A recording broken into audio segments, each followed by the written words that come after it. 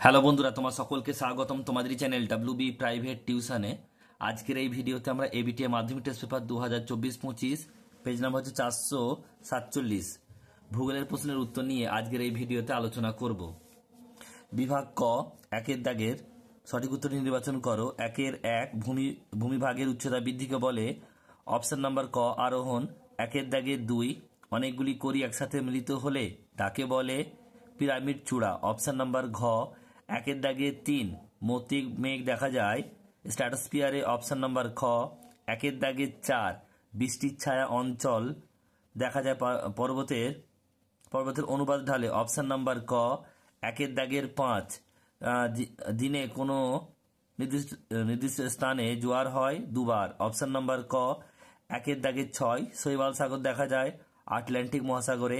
Option number ক, একের দাগের সাত, আর্সেনিক একটি বিষাক্ত বর্জ্য। অপশন নাম্বার খ, একের দাগের আট, দুন কথার অর্থ উপত্যকা। অপশন নাম্বার ক, একের দাগের নয়, ভারতের নবীনতম রাজ্য তেলেঙ্গানা। অপশন নাম্বার খ, একের দাগের দশ, দক্ষিণ ভারতের সর্বোচ্চ শৃঙ্গটি হলো, এটা হচ্ছে আনাইমুদি। অপশন নাম্বার ঘ, একের দাগের এগারো, ভারতের কেন্দ্রীয় গম গবেষণাগারটি অবস্থিত পুসাতে। অপশন নাম্বার ঘ, একের দাগের বারো, শিল্পদানব বলা হয় পেট্রো রসায়ন শিল্পকে। অপশন নাম্বার ক, একের দাগের তেরো, ভারতের বৃহত্তম খনিজ তেল শোধনাগার হলো জামনগর অবস্থিত। আর ইসরোর সদর দপ্তর বেঙ্গালুরুতে অবস্থিত। শুদ্ধ অশুদ্ধ বিভাগ খ। একেরটা বলছে দেখো, পটল নদীর উচ্চগতিতে সৃষ্টি হয়, ঠিক। ঝুলন্ত উপত্যকার নদীর উচ্চগতিতে সৃষ্টি হয়, এটাও ঠিক। নেক্সট প্রশ্ন বলছে চিনুক একটি স্থানীয় বায়ু, এটা ঠিক। স্থলবর্গীয় অরণ্য দেখা যায় পার্বত্য অঞ্চলে, এটাও ঠিক।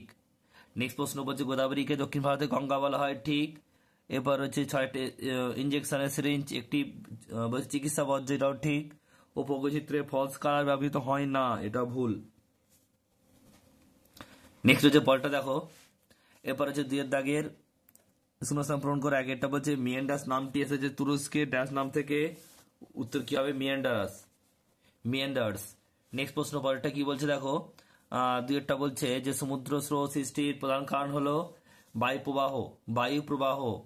নেক্সট প্রশ্ন তিনেরটা বলছে নিরক্ষীয় অঞ্চলে ড্যাশ ধরনের বৃষ্টিপাত দেখা যায়, পরিচলন বৃষ্টিপাত দেখা যায়। এরপর রয়েছে দেখো চারেরটা, উষ্ণ ও শীতল স্রোতের প্রভাবে ড্যাশ সৃষ্টি হয়, এটা হবে কি কুয়াশা ও ঝড় সৃষ্টি হয়।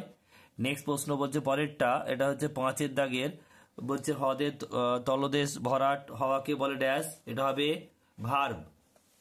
নেক্সট প্রশ্ন পরেরটা বলছে ভূতাপ শক্তি একটি ড্যাশ শক্তির উদাহরণ, এটা হচ্ছে অপ্রচলিত শক্তির উদাহরণ। সাতেরটা বলছে যে ভারতের জনসংখ্যা ড্যাশ জন প্রতি বর্গ কিমিতে, এটা হবে কত 382 জন।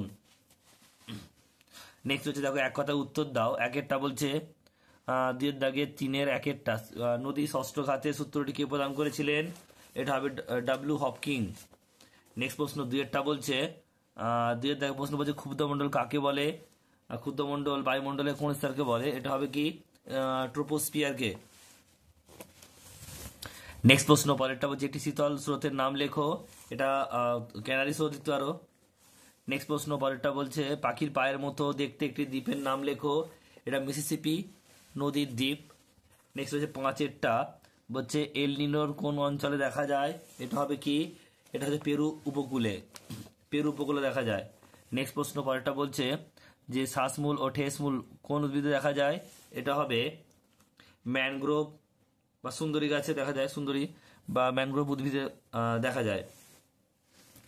তরল সোনা বলা হয় কাকে, পেট্রোলিয়ামকে। আর কাউন্টার লাইন কি রঙের হয়, বাদামি রঙের হয়।